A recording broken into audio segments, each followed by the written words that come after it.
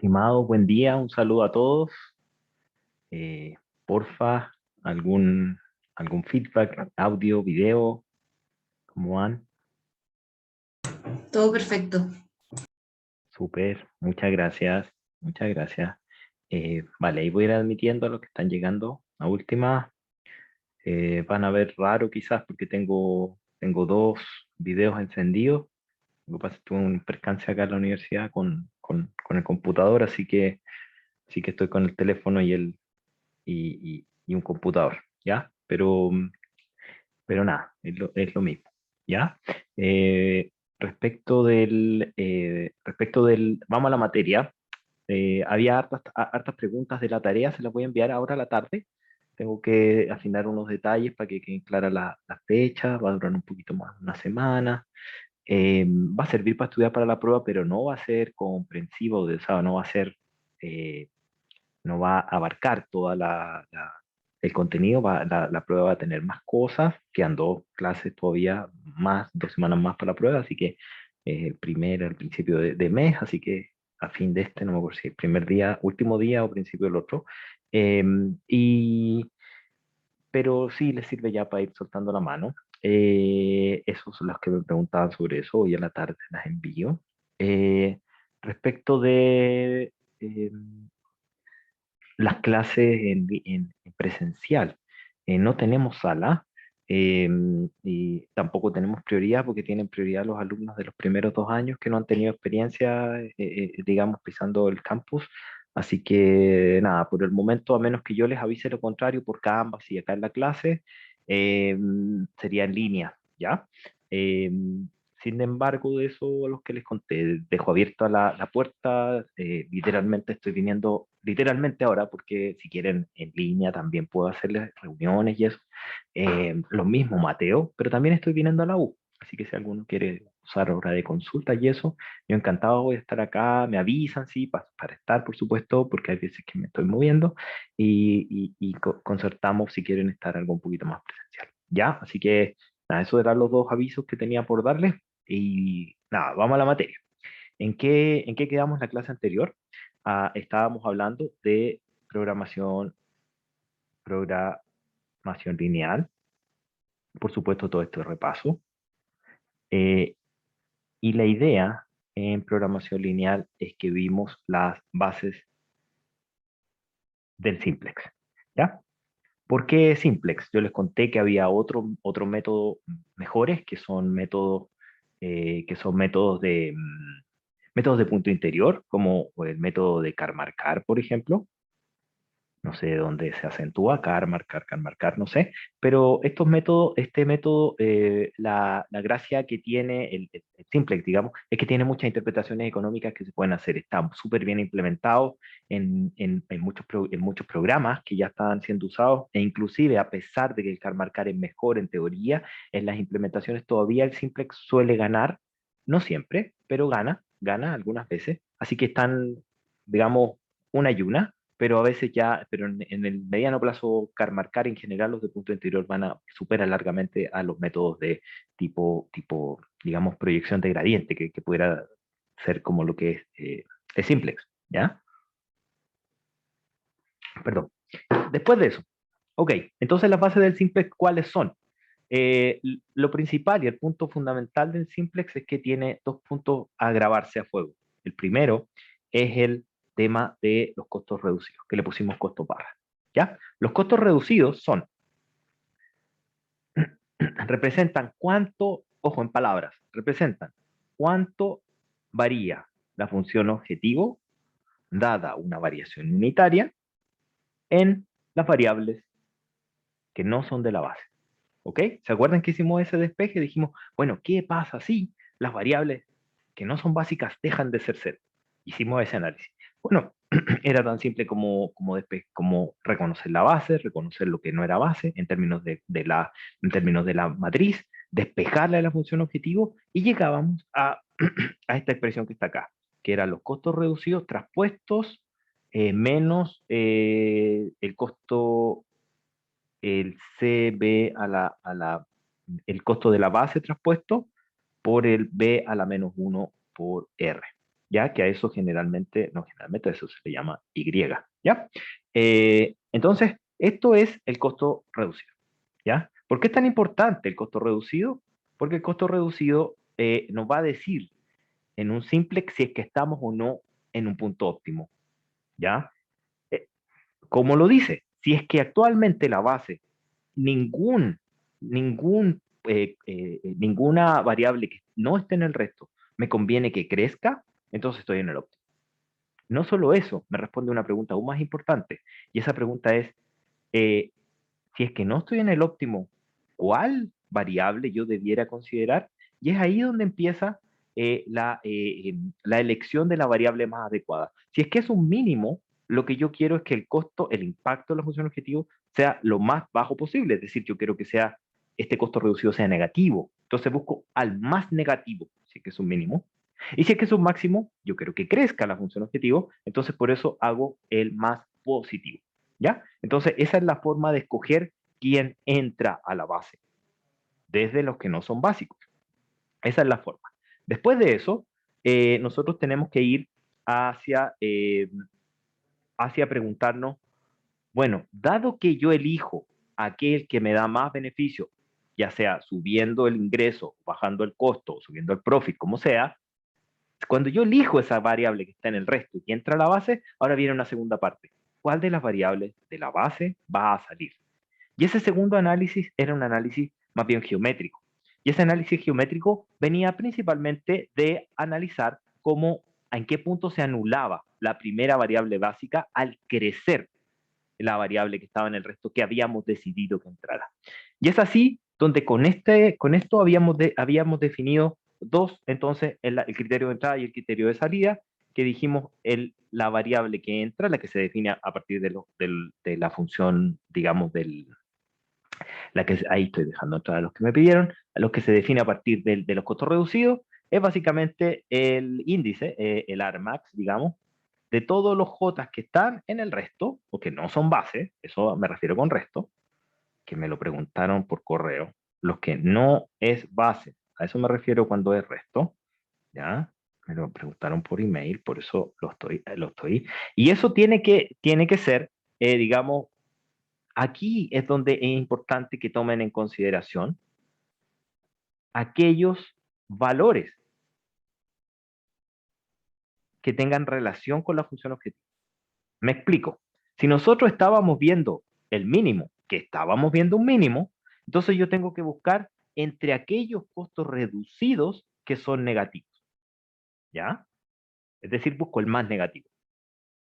Con otro colorcito, menor que cuando es mínimo. Pero si es que yo ando si yo estoy en un problema de maximización, entonces tendría que buscar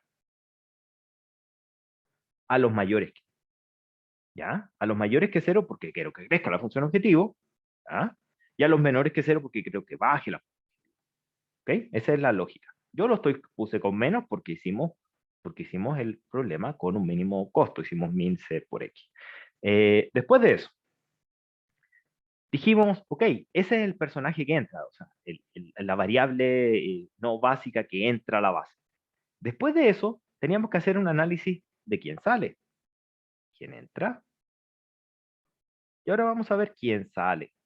¿Ya? Estoy repasando lo que llegaron recién, estoy repasando nomás lo de la clase anterior.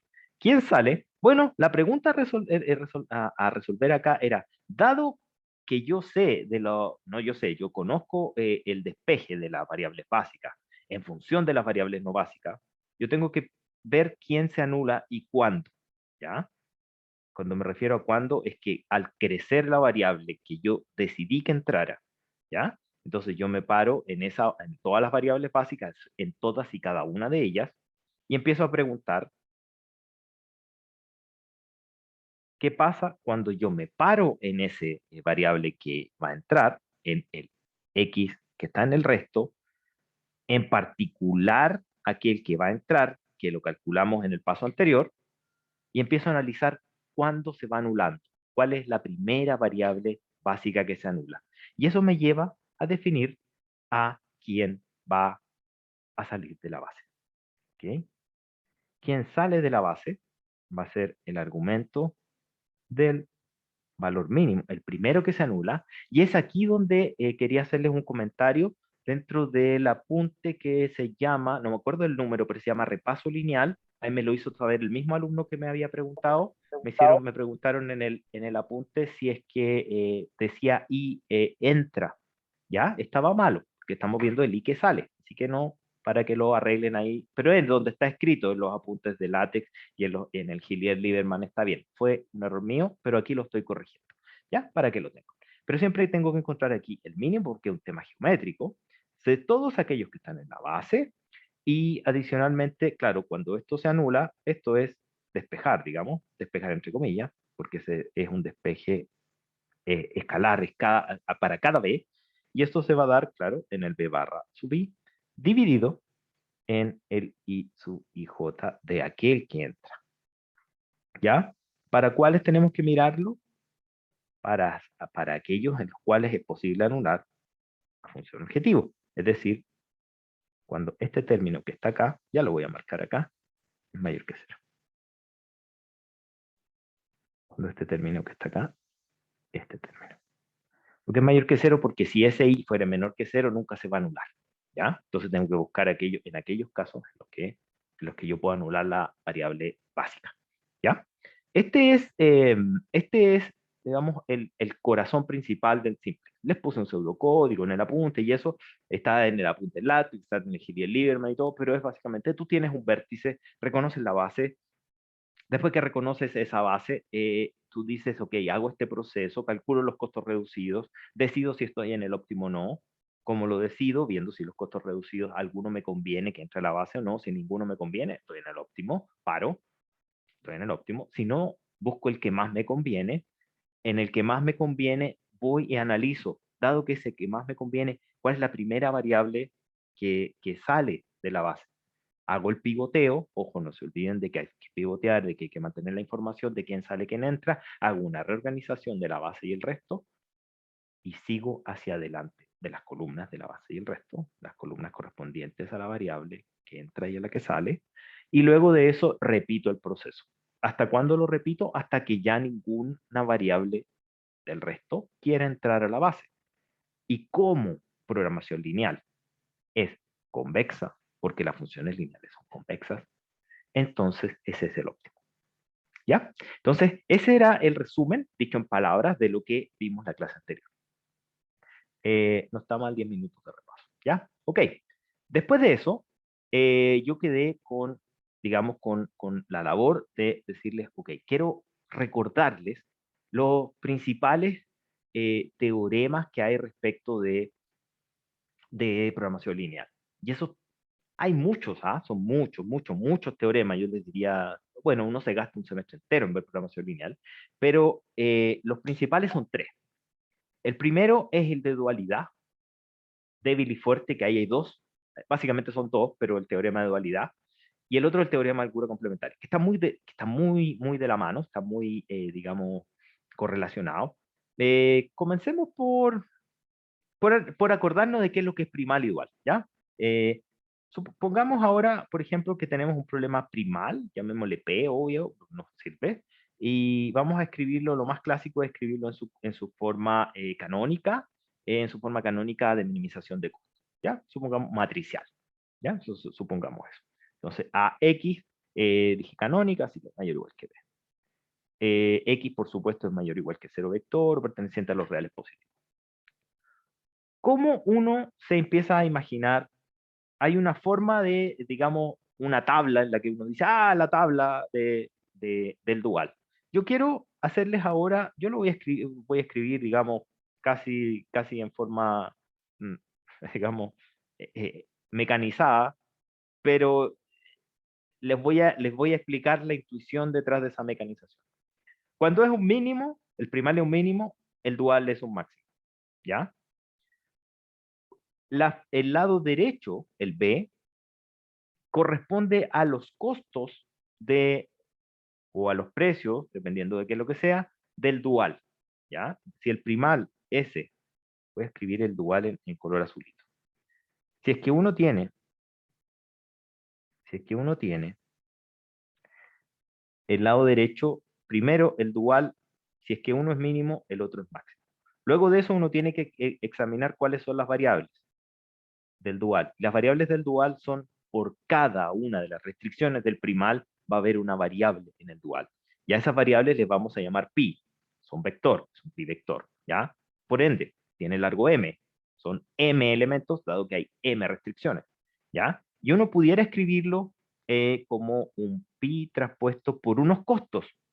¿Qué costos? Los costos van a ser el lado derecho, ¿ya? El lado derecho de las restricciones del primal. Luego de eso, uno tiene que hacer las restricciones, por decirlo así, se transponen, pero ahora uno tiene que hacer el análisis con las variables duales. Y uno se pregunta, bueno, ¿y cuál es el lado derecho del dual? El lado derecho del dual van a ser los costos. ¿Ya? Lo voy a poner acá. Y después de eso, uno se pregunta, bueno, ¿cuál es el signo? En general, aquí para que se tengan una mnemotecnia en la que se puedan acordar, si es que uno es mínimo, como el X va a tratar siempre de ser chiquitito, uno lo fuerza a que sea mayor que algo. En el máximo es al revés. Como es ese valor pi por b va a tratar de ser grande, uno lo fuerza a que no sea más grande que algo. ¿Ya? Entonces, después de eso, el pi, por convención, cuando las restricciones están en un mínimo y son de mayor o igual, uno habla de que son variables positivas. Ahora les voy a hablar de la intuición que hay detrás. ¿Ya? Cuando uno está en presencia de un problema primal, la formulación de los problemas duales es una técnica que no solo se da para programación lineal. Hay otros tipos de duales, sobre todo en física. Se da mucho la dualidad. En economía, que también viene de la programación lineal, también está el dual de Lagrange, el dual de Danzig. ¿Ya? Los problemas duales son representaciones de un determinado modelo matemático que te da la misma información del modelo original, pero representado desde otra manera. ¿Ya? Eso es en genérico. En programación lineal, esta dual de programación lineal es un problema que uno económicamente lo puede entender como un agente que está haciendo transacciones con uno. Me explico. Si es que ustedes se están enfrentando, estuviéramos enfrentando, por ejemplo, el problema de la dieta, que es el problema que yo les ponía en los apuntes, en el problema de la dieta, ustedes van a estar eligiendo qué plato ir a comer en un determinado restaurante, un casino, de modo de cubrir los nutrientes que ustedes necesitan al día. Es decir, mínimo costo de eligiendo el plato que quieren, sujeto a que el plato tiene una cierta composición de nutrientes y cada uno de esos nutrientes ustedes tienen que cumplir un requerimiento mínimo, dependiendo de su propio requerimiento. El dual de eso, con esta misma mnemotecnia que está acá, se puede hacer hacia el otro lado. Y uno dice, bueno, si es un mínimo costo, el otro tengo un máximo. Si es que el lado derecho son las restricciones de los nutrientes, allá lo voy a tener como costo. Y uno puede plantearlo, está en el PPT de la clase 1, ¿ya? Que espero todos hayan leído. Y en ese PPT de la clase 1, uno se pregunta, bueno, ¿y a quién representa ese problema dual? Y la respuesta que está dada ahí, obviamente la comparto, de hecho, creo que es el mismo problema que hacen en el Gillier, no es exactamente igual, pero el mismo ejemplo que hacen en un texto, lo desarrollan matemáticamente, es que quien está al otro lado en el dual es el agente que cocina, es decir, es el casino. El casino que está con ustedes transando un plato y que tiene como restricciones construir un plato que no supere su presupuesto de costos. Es decir, hay una transacción de por medio. Y en efecto, los pi, ¿ya? Se pueden identificar como una señal de precio. Y es el precio en que ustedes están transando lo que esté en juego, en este caso particular los nutrientes, con respecto a quien está cocinando. Ok, eso es más o menos obvio. Les doy otro ejemplo. Siempre, generalmente, no es difícil, ¿ya? Pero uno tiene que empezar a conocer los mercados. Les pongo otro ejemplo. Si tienen un problema en el que ustedes son una flota, y no lo vamos a escribir, porque lo vamos a escribir en redes, de hecho, idealmente en esta clase. Si tenemos un problema de transporte, y uno escribe el problema de transporte como un problema de flujo de costo mínimo, Y ustedes son una flota de camiones y tienen que llegar desde abastecer ciertas demandas y tienen cierta producción que netea la producción igual de la demanda y la tienen que hacer transitar por una red. El dual de eso es el dueño de la carretera, que va a transar con ustedes un costo de un peaje. Por ejemplo, si si todas las calles fueran, pues, digamos, concesionadas por un único concesionario y ustedes, nosotros todos fuéramos una gran flota que tenemos que decidir cómo movernos a través de la ciudad, ese problema es un problema primal dual. Es decir, el problema de minimización o de maximización de profit, de maximización de profit o minimización de costos o de ingresos. El problema de maximización de ingresos de la autopista es el dual del problema de minimización de costos de la flota. ¿Ya? Son el mismo problema. Te dan exactamente las mismas informaciones. Si es que yo soluciono el problema de la flota, tengo el problema de la autopista. Si es que yo soluciono el problema de la autopista, tengo el problema de la flota. Y esa es la estructura dual. Profesor, la que me preguntan, entonces yo tengo absolutamente toda la información que yo necesito respecto de los dos agentes y la respuesta es no. ¿Ya? Programación lineal es súper limitado, chiquillos, ¿ya? Se limita a un análisis marginal, lo que yo adicionalmente puedo sacar, ¿ya? Entonces, ¿a qué me refiero? Sí, ahí acepté, Ángel. Eh, gracias por avisar. Yo lo que les puedo contar, por ejemplo, si es que ustedes tienen en un problema, por ejemplo, en un problema primario,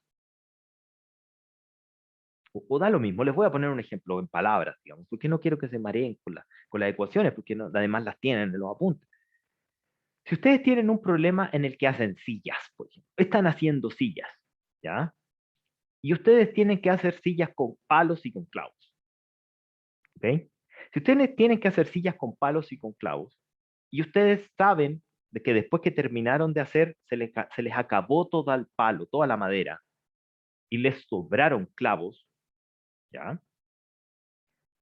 La teoría de programación lineal, que ustedes ya saben desde el curso anterior, les diría que ustedes estarían dispuestos a comprar madera, pero no dispuestos a comprar clavos, lo cual coincide con la intuición, porque si me sobraron clavos, ¿para qué voy a comprar clavos? Y si me faltó madera, estoy dispuesto a comprar madera. Pero dice otra cosa más. Dice, el costo marginal de los clavos o el precio marginal, dependiendo si es un problema de maximización o minimización, es cero. Entonces yo les hago una pregunta intuitiva. Si ustedes terminaron de hacer sus mesas, ¿ustedes van a regalar los clavos? ¿Ya? La respuesta es no, porque los clavos tienen un valor. Lo que dice esa respuesta es que el valor adicional que tú les puedes sacar a esos clavos en tu negocio es cero. Cuando dije en tu negocio y cuando dije adicional, marginal, son dos palabras súper importantes, porque eso no quiere decir que tú no le vayas a poder sacar en otro negocio plata a los clavos y que no vayas a poder sacar margen con plata con esos clavos. Ahora, ¿qué es lo que suele pasar en la práctica? Que es más complejo el negocio de lo que uno piensa y que tener esos clavos en stock te va a tener un costo para ti. Así que tú vas a querer ir a vender los clavos al mercado, pero al vender los clavos en el mercado te vas a pillar con que en el mercado ya hay clavos. Entonces, ¿a qué precio vas a vender los clavos? Bueno, depende. Si te quieres deshacer rápido de los clavos porque tienes un costo de stock de clavos, vas a venderlo un poquito menos que el costo del mercado, probablemente, porque si lo vendes a más de precio del mercado, nadie te los va a comprar. Pero también hay otro tipo de consideraciones, por ejemplo, de que si a mí me sobraron clavos, eh, clavos de repuesto, por ejemplo, vender clavos de repuesto con la silla, súper bien, Santiago.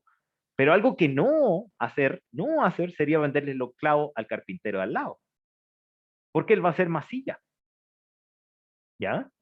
Entonces, todas esas cosas salen del alcance de un modelo de programación lineal. El modelo de programación lineal se limita a decirte, ok, el costo marginal de los clavos es cero. porque no puedes hacer más sillas y en este mercado particular. Pero eso no implica que eventualmente te siga gatillando un costo de stock o que lo puedas vender al mercado o todo eso que le expliqué que tiene súper lógica de negocios de una cuestión que uno necesita un modelo porque el modelo de programación lineal se limita a eso, ¿ya? Por otra parte, si es que ustedes necesitan madera, están exactamente en la misma situación de los clavos, pero ahora necesitando madera. Si es que al vecino le sobró madera, eventualmente tú pudieras ir a comprarle madera. ¿A qué precio le comprarías la madera? Y aquí es donde está un poquito tricky, ¿ya? Porque el costo marginal de la madera, a ustedes les va a indicar el costo marginal de cuánto ustedes estarían dispuestos adicional a pagar por madera. Pero acá el tema es que si ustedes no consideraron el costo fijo inicial de la madera, nadie les va a vender la madera a costo marginal. Nadie. Porque al igual que el costo de los clavos, es el marginal que ustedes harían por tener un pedacito más de madera. Es decir, ese costo marginal es lo que ustedes están dispuestos a pagar en exceso por sobre el costo de mercado. Es lo mismo que pasaba con las horas extra del ejemplo de las botellas. Para pasar de 60 a 61 era el costo de una hora extraordinaria. ¿Ya? No era el costo de completo, de cuánto estaría dispuesto a pagar a, un, a un nuevo trabajador. Eso es distinto. Acá no es lo mismo, acá es lo mismo. ¿Cuánto estarías dispuesto a pagar por sobre el precio de mercado? ¿Ya? Porque es un adicional. ¿Ya? Ojo con eso, nadie les va a vender a precio de mercado, a costo marginal alguna cosa. ¿Ya? Pero es muy poquito. Esos márgenes suelen estar, dependiendo del negocio, entre 8 y 25% a los que les va muy, muy bien, digamos. Ya, en condiciones no pandémicas, hay ganancias súper grandes en la bolsa, sobre todo en esta época, pero en tiempos normales, 8 o 25%. Alguien que les diga más que eso, de hecho, sospechen porque los quieren estafar, ¿ya? Y menos que eso ya también es un robo, ¿ya? Entonces, siempre pongan ojo. No, me estoy saliendo del curso, así que me encanta hablar otras cuestiones, así que no, quedémonos en eso. Esto es primal dual, ¿ok? No se olviden, por favor, entonces que cuando uno tiene la información de uno, la información del primal, en general, uno, no en general, siempre va a obtener la información de toda la información del otro en un contexto de programación lineal, ¿ya? Hablemos el tema de los teoremas relacionados con la dualidad.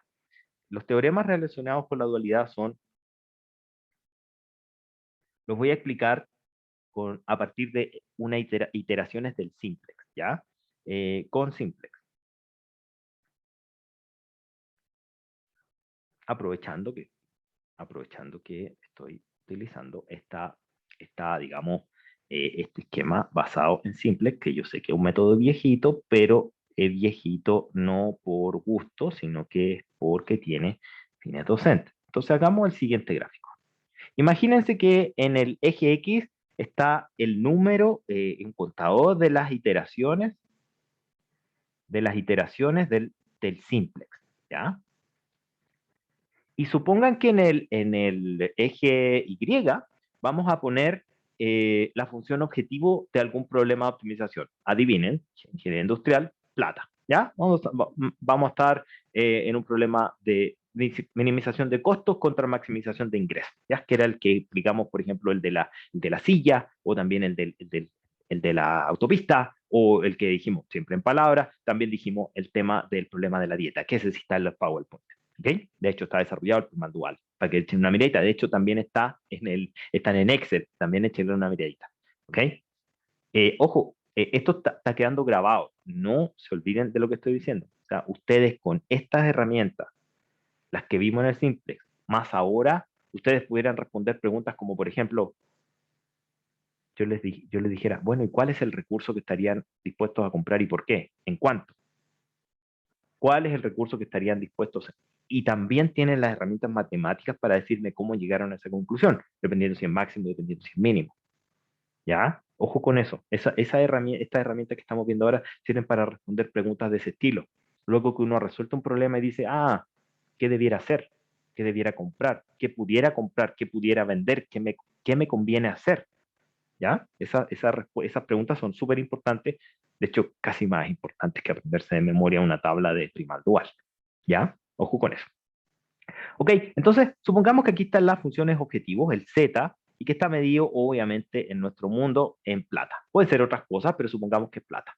Entonces, pongámonos en el mismo problema que estábamos aquí arriba. En este problema hablamos de un primal de minimización y un dual que vamos a poner el primal en colorcito rojo, ¿ya? Y supongamos que el primal es de minimización. Entonces, supongamos que el primal es de minimización. Lo que suele pasar en un problema primal de minimización, cuando uno está, bueno, está en la forma canónica, la farsa de la forma estándar, tiene las variables de holgura y todas las variables de holgura están súper grandes, es decir, uno no cumple para nada con el problema y suele tener unos costos brutalmente grandes, ¿ya? Cuando esos costos son muy grandes, entonces uno está en presencia de que la primera iteración del simplex está con unos costos súper grandotes y después empieza a través de pasar las iteraciones, voy a hacer puntitos, voy a hacer una curva, uno empieza a bajar. Y esos costos llegan a tal punto de que, de hecho, si uno ya llega a un punto en que ya no itera más, queda pegado, por decirlo así, uno, si sigue iterando, no tiene sentido seguir iterando. Se acaba y uno llega a un determinado punto y que siempre te da el mismo resultado. Si es que uno, digamos, ilusamente siguiera iterando en un simplex cuando ya ni nadie conviene que entre, entonces uno seguiría siempre pegado en el mismo vértice. Se queda pegado, por decirlo así. Y por otra parte, si es que uno está en un dual, pasa exactamente lo mismo. Uno dice, bueno, este es dual, está en su forma canónica, pongo las variables de holgura del dual, calculo y el primer valor, en vez de ser muy grande, es muy chico, porque no está cumpliendo con ninguna restricción y en realidad está por el lado de los que son las variables originales, no las de holgura. Entonces uno empieza a iterar, y lo que pasa es que pasa de un valor muy pequeño y se acerca a un valor en el que después se queda pegado. ¿Ya? ¿Qué es lo que dice el teorema de dualidad? Hay dos teoremas de dualidad, uno fuerte y uno débil. Vamos por el fuerte, que es el más simple. El teorema de dualidad fuerte dice que si tú tienes la opción de escribir un problema primal y tú tienes la opción de escribir un problema dual y que ambos son acotados, ¿ya? Que ambos, digamos, están bien comportados. No me voy a meter en múltiples soluciones, vértices degenerados, no acotados, y todas esas cuestiones si quieres las miran yo ni siquiera las voy a preguntar, quieren las miran en el Ingeniero y Lieberman, pero no es para entrar a discutirlas ahora. Vamos a gastar mucho tiempo en cuestiones que se solucionan por código, ¿ya? Vamos a lo que interesa. Dos problemas bien comportados, primal y dual. Y si son dos problemas bien comportados, lo que dice el teorema de dualidad fuerte es que cuando yo termino de iterar, la función objetivo es igual tanto para el primal como para el dual. Es decir, si es que yo a esta c por x, yo le llamo z, que depende de x, y si a este pi por b, yo le llamo w, que depende de pi, lo que está diciendo el teorema de dualidad fuerte es que z asterisco, que es igual a z evaluado en el x óptimo, es igual al w asterisco, que es el óptimo. Esto es cuando se evalúa en el pi óptimo. Ese es el teorema de dualidad fuerte. El teorema de dualidad débil lo que dice es más general, pero no hace esta, digamos, esta afirmación tan potente, por eso se llama fuerte el otro, pero así todo es más general. Y lo que dice es que si tú te sitúas en cualquier punto del primal, digamos este punto que está acá, ¿ya? En cualquier punto del primal, en cualquier punto del primar, la función objetivo de ese primal en cualquier punto va a ser mayor o igual, este punto que está acá, va a ser mayor o igual en su función objetivo que cualquier punto en la del dual. ¿Ok? Entonces, el de débil dice lo siguiente.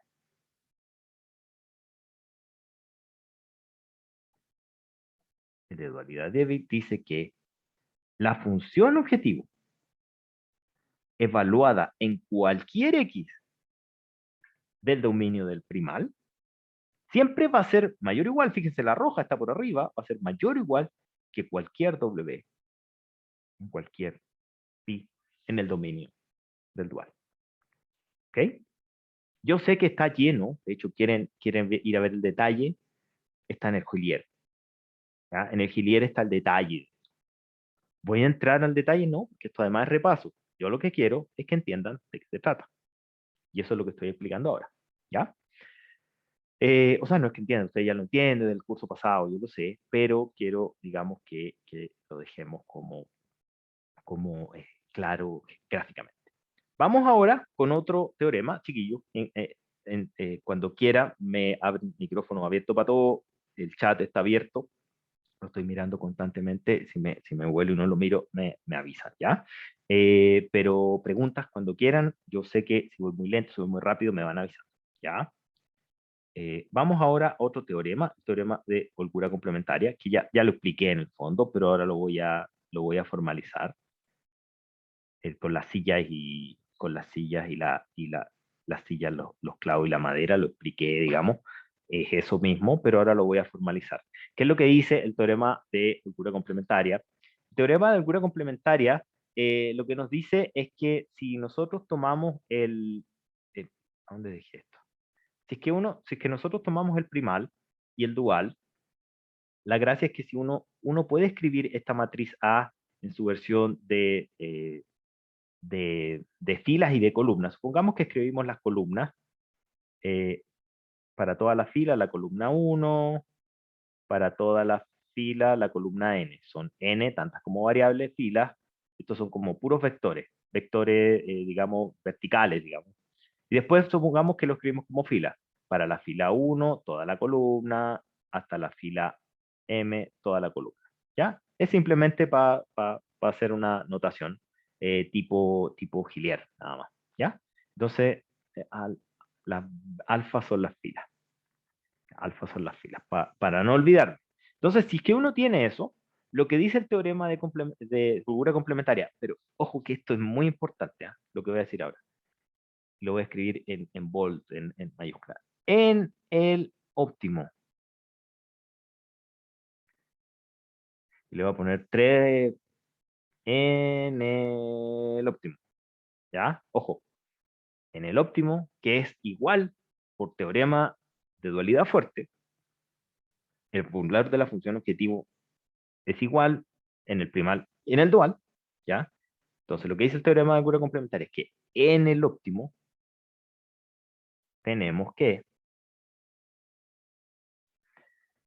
son varias cosas, pero yo les diría las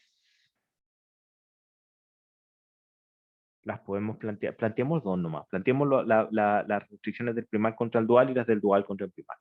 Entonces, si tú tienes las restricciones del primal, que ahora dado que las tenemos en su formato fila, puedo escribirlas así como algebraicamente, por eso lo hice. Les voy a poner cuidadosamente el asterisco a las variables, para que ustedes vean porque estamos en el óptimo y adicionalmente que vean que estamos pasando por todas las restricciones y por todas las variables, dependiendo si estamos en el primal o en el dual. Entonces, ¿qué es lo que dice este dicho? Dice lo siguiente, chiquillos. Dice que si es que, ojo que ahí están las ecuaciones, dice que las diferencias entre el lado derecho y el lado izquierdo de las restricciones del primal, multiplicados por la variable dual en el óptimo, la 1, es 0. Vamos al ejemplo de las sillas y de los clavos, de la silla, los clavos y la madera. Si es que a mí, supongamos que estamos en I igual clavo, me sobraron clavos, ¿ya? I igual clavo, sí, igual clavo. Entonces, si es que I igual clavo, de hecho no lo voy a anotar ahí para no contaminar la explicación. Voy a hacerlo con la típica nubecita de acá. Por ejemplo, para entenderlo. Si es que I es igual a clavo, implica que BI menos alfa I por X sub I es distinto de cero. Porque dijimos que me sobraron clavos. ¿Ya? Eso es lo que dijimos. Y si es que eso es así, implica que pi sub I es mayor estricto, o sea, no es que implique, sino que puede ser que sea mayor estricto que cero. En general es así. ¿Ya? Pero pudiera ser cero o mayor o igual que cero. Pero en general, perdóname, al revés, como es otro. No, me volé pensando en la explicación que venía. Al revés. Esto es negativo. Entonces, como esto es estrictamente mayor que cero, porque me sobraron clavos, entonces necesito que el pi sub i sea igual a cero. ¿Qué es lo que es el pi sub i? Es lo que hablábamos antes. Es el costo marginal de los clavos. Es decir, lo que les hablaba recién de los clavos. Si es que les sobraron clavos, el costo marginal de los clavos es nulo, pero eso no implica que vayan a ir al mercado a vender los clavos a regalarlos. No van a ir a vender los clavos a la competencia. Eso no lo ve el modelo, lamentablemente. Pero ojo con eso que significa. O sea, significa que ustedes básicamente los clavos les sobraron y en ese negocio no pueden hacer más cosas con esos clavos. Nada más. No significa más, no les saquen más conclusiones. No es que los clavos valen cero, no, los clavos no valen cero, valen el precio mercado, ¿ya? Entonces, esa es la única conclusión que se puede sacar, pero quiero enlazarlo con eso. Ahora, para el otro lado, en verde. ¿Qué pasa si es que I igual a madera? Vamos, estamos haciendo la explicación. Si es que I es igual a madera, entonces B sub I de madera menos alfa I punto en el óptimo es igual a cero, porque dijimos que me gasté toda la madera, ¿ya? Me gasté toda la madera, me gasté la madera.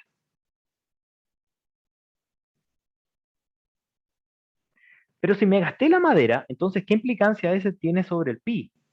Bueno, el pi queda libre, ¿ya? Porque dado que es cero, este término que está aquí, entonces el pi sub i, asterisco, queda libre. Pero sabemos que es mayor o igual que cero. Puede ser cualquier cosa, les soplo. Generalmente eh, eh, uno sabe que no es igual a cero, ¿ya? Y uno calcula con las ecuaciones del simplex cuánto está dispuesto a pagar, ¿ya? Uno sabe que es mayor o igual que cero. Puede ser cero, sí, pero no es cero. De hecho, es mayor o igual que cero. Y ya lo mostramos en el cálculo anterior, en ese que donde yo les hice la derivada.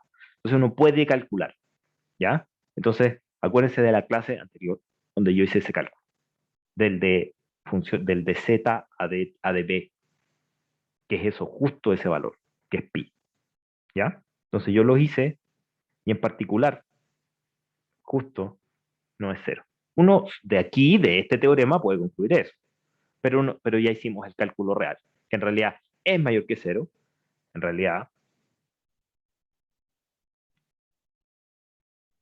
pi es mayor estricto que cero, y vean clase pasada, donde hice el cálculo, creo que no, pasada o antepasada, no me acuerdo, ¿ya? Entonces uno sabe que ese es el valor. No solo eso, sino que uno además sabe que ese es el valor que uno está dispuesto a pagar por sobre el precio de mercado, es decir, es como el valor de una hora extra, ¿ya? El valor de una hora extra. Eh, ¿Qué más?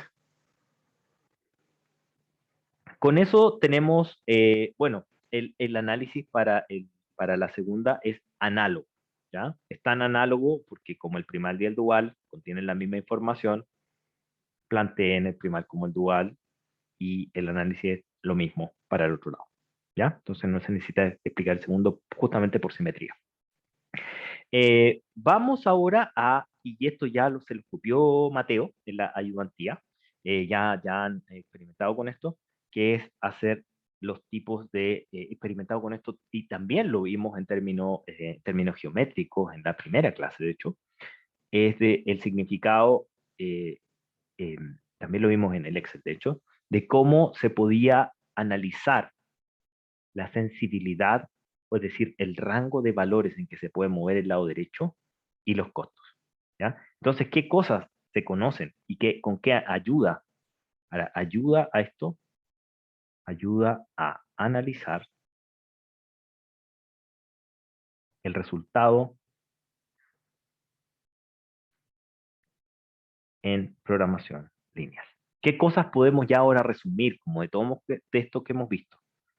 Uno, si tenemos, si tengo la información, la info de EP del primal, implica tengo toda la información tengo la información del dual. ¿Ok? ¿Dónde está mi mouse? Aquí. En efecto, chiquillos, si ustedes tienen, por ejemplo, si ustedes tienen aquí, lo voy a marcar con rojito, si ustedes tienen aquí el X, ¿ya? Fíjense que si tienen el X aquí, este es un dato, solucionaron el primal.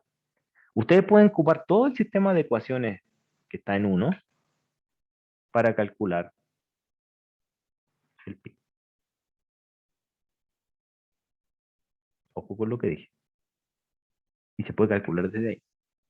Ahora, mmm, eh, hay más formas de hacerlo, pero esa es una forma fácil.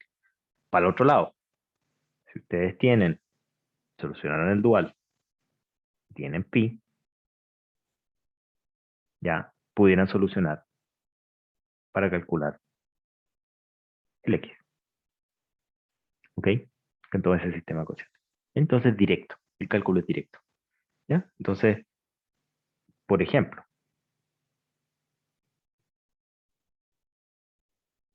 si tengo x, equivale con tener y poder calcular pi.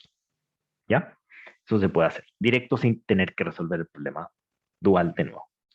Otra cosa que se puede hacer la sensibilidad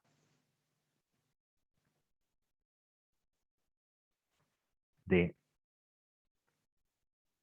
eh, los, eh, los lados derechos, eh, lado derecho, eso creo que no lo había de right hand side, lado derecho de las restricciones del primal, y eso se hace tan simple como hacer un análisis heteripario, que fue el que hizo Mateo, que le escupió en una hojita y todo,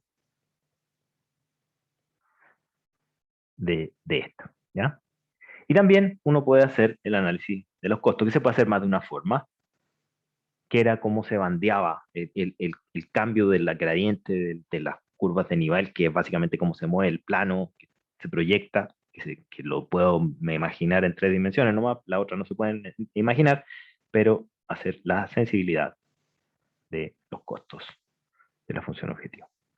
¿Ya? Y eso se hace a partir del costo reducido, que les puse C barra, o les puse CR, porque el otro es el costo del resto. ¿Ya? Del costo reducido. Estas tres cositas se pueden hacer eventualmente a mano, eventualmente con un software. Lo interesante, para mí, lo más interesante de todo es que ya, dado que ya entrenaron en ese primer curso de programación lineal, lo importante para mí es que acá que sepan aplicarlo, que sepan entenderlo, que sepan el significado económico. ¿Ok? Estamos, yo creo, a ver, ¿qué más de programación lineal? Eh, A ver, un comentario chico nomás, y yo sé que estoy 10 minutos antes del break, pero como voy a cambiar de tema, prefiero darles el comentario chico nomás antes del break. Programación lineal, chiquillo, si bien es súper útil, yo les hice una presentación al inicio y todo, en general sirve para muy pocos problemas, y sirve generalmente para tener una primera aproximación de problemas más complejos. Los problemas que son un poquito más difíciles generalmente tienen variables enteras. ¿Ya? Entonces, ¿sirve de base la programación lineal? Sirve de base, sí. pero hay que construir un poco más allá por programación entera. Después viene con programación combinatoria y después viene programación no lineal, que es mucho más difícil. Entonces, en general, tómenlo como una primera aproximación, es súper limitada esta herramienta. Ya vienen otras un poquito más difíciles, pero así todas las otras que vienen también tienen sus limitaciones que también las vamos a visitar en su momento. Son de utilidad para una primera vista. Después hay que hacer muchas modificaciones. ¿Ok? Eso, chicos, detengo, me desconecto un ratito, son las 12:20 en mi computador, a las 12:30 más un epsilon nos juntamos de nuevo. Detengo la grabación y me desconecto. Hasta más rato. Hola, profe, estamos rato.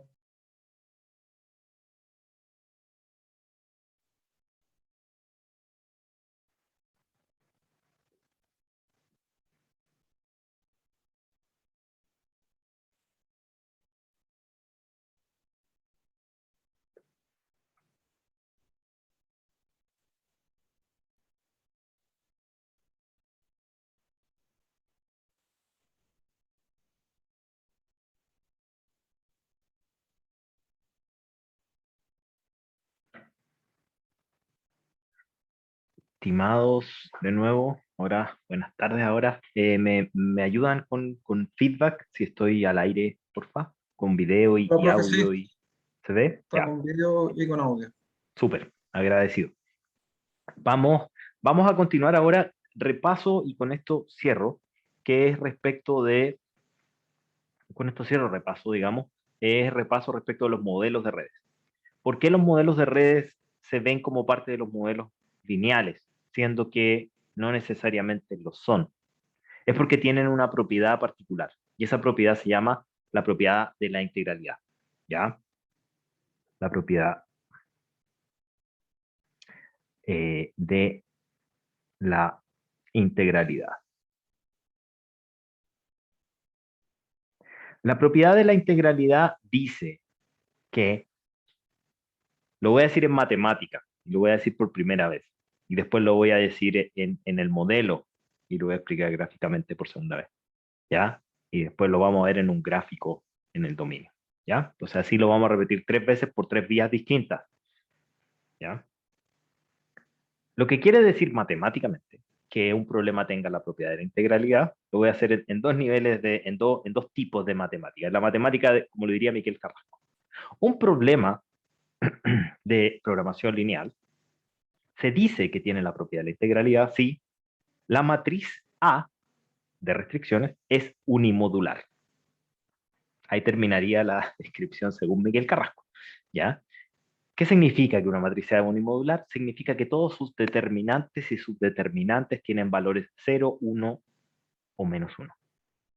Eso significa. ¿Ok? Pero esa definición matemática está correcta, está súper correcta, súper corta, súper elegante, pero desde mi punto de vista no dice mucho cuando uno está recién metiéndose en estas artes, digamos. Entonces, déjenme hacer otro tipo de explicación que sigue siendo matemática, pero ahora tiene un poquito más de intuición geométrica. Cuando uno escribe un set de restricciones, ¿ya? Cuando uno escribe un set de restricciones, en el caso de programación entera, ese set de restricciones va a estar representado por muchos puntos en un plano. ¿Se acuerdan ese plano que dibujábamos y achurábamos la zona? Porque eran todos los puntos que estaban ahí adentro. En el caso de programación entera, no, porque ya no son todos los puntos continuos, sino que son solo los puntos enteros que estén dentro de, ese, de esa zona. ¿Ok? Entonces, si son solo los puntos enteros que están dentro de esa zona, los vértices pudieran ser o no enteros. ¿Ya? Sí, que a lo mejor tienen la suerte de estar justo en un vértice y ahí serían. Pero en general no son, no coinciden. ¿Ya? Bueno, en este tipo de problemas, en los cuales la matriz es unimodular, es decir, que tiene la propia integridad, coincide justo que los vértices del problema entero son iguales a los vértices del problema lineal. Es decir, a pesar de que el problema es entero, uno lo puede escribir y solucionar como un problema lineal. y va a obtener igualmente la solución óptima. ¿Cuál es la gran ventaja de esto? Es que esto implica que los problemas de redes son tan fáciles de solucionar como los problemas lineales. Es decir, un problema entero tal que se puede solucionar fácil. La complejidad de un problema entero es mucho más grande que la complejidad de un problema lineal, porque hay que resolver, en el peor caso, como un branch and bound, todos los posibles casos de poner una variable, si es que todos los resultados, si es que yo tuviera que resolver un problema de optimización lineal y todos los valores de la variable de decisión me dieran valores continuos, como 2.1, no entero, digamos 2.1, 3.4, entonces yo tendría que empezar a probar con todas las combinatorias, en el peor caso, casi como se llama branch and bound, probar para arriba, probar para abajo, dejar pegado, probar para arriba, probar para abajo y dejar pegados los valores hasta que yo encuentre la mejor solución. Y eso es fuerza bruta. Eso es tan difícil que son combinatorialmente muchas veces que hay que solucionar un problema lineal. Lo que les estoy diciendo es que en esta clase de problemas de redes, eso no pasa, porque los vértices son iguales. ¿Ok? Entonces ahí les di la primera explicación, ya la matemática, y con una intuición de una bajada matemática más geométrica, pero todavía sin haber escrito ningún modelo ni nada. Ojo, cuando digo los modelos de redes, no digo que tienen la propiedad de la integralidad todos, sino que algunos. Voy a enumerarlos ahora, los que al menos vamos a ver y que la tienen. ¿Ya? Son el modelo de transporte, que por demás me estoy rigiendo a los que vieron con Tela y Carrasco, que me conseguí lo que vieron, que me conseguí el sílabo, digamos. El modelo de transporte, el modelo, no voy a escribir más modelo, el modelo de asignación, el modelo de flujo a costo mínimo o generalizado de redes, flujo a costo mínimo, el modelo de ruta mínima. ¿Hay más? Sí, hay uno más, que es un poquito más difícil, pero no tanto más. El modelo de flujo máximo lo voy a mencionar, que aquí sí que le suena, lo vieron con Telja Carrasco, que se usaba Ford Fulkerson para resolver, que es un método muy viejo, ¿ya? Pero es para que les suene. El de ruta mínima, el Dijkstra, una S ahí, Dijkstra, fue costo mínimo con el simplex para redes, que esos son las cosas que vieron con Telja Carrasco, que yo ahora me voy a limitar a ver los modelos, ¿ah? Me voy a ir a ver los modelos. Pero ¿por cuál voy a partir? Lo debía haber puesto primero, pero voy a partir por este que está acá, que puse en segundo lugar, mi error, porque quiero mostrarles la propiedad de la integralidad. Es decir, la propiedad de la integralidad en estos tickets, no necesariamente en todos los otros modelos de red, hay muchos más modelos de red, pero hay algunos que no tienen la propiedad. ¿Ya? Entonces, ¿cuáles tienen la propiedad? Lo que les estoy diciendo ahora, al menos, hay más. ¿Ya? Vamos con el ejemplo del modelo. Veamos el modelo de asignación. Un modelo de asignación, eh, a mí el modelo de asignación, estoy pensando si hago la introducción de lo que es un grafo, todavía no. No hablemos de grafos todavía, pero sí voy a hacer un dibujo tímidamente de lo que es un grafo. Bueno, ustedes ya saben lo que si vieron red el semestre pasado, pero todavía voy a hacer un grafo, ¿cómo se llama? Bipartito. No va a ser con arcos formalmente, sino que una capa de nodos, que por formalidad, digamos que son, no sé, n nodos, y una segunda capa de m, que m puede ser, digamos, mayor que n, digamos, ya no necesariamente tienen que ser iguales, ya están en el mismo nivel nomás por orden, pero no significa nada. Y adicionalmente supongamos que desde el 1 sale un arco hacia todos los otros m, y de cada uno sale, de todos los que están en el lado izquierdo, desde el 1 al n, sale un arco hacia todos los que están en el otro lado. El problema de asignación, o el modelo de asignación, ocupa esta estructura de grafo bipartito para resolver la siguiente problemática. Dice, si yo tengo n voy a ponerle un enunciado de mentira. Si yo tengo N proyectos, por ejemplo, ¿ya? Si yo tengo N proyectos, yo quiero asignar esos N proyectos a M consultoras.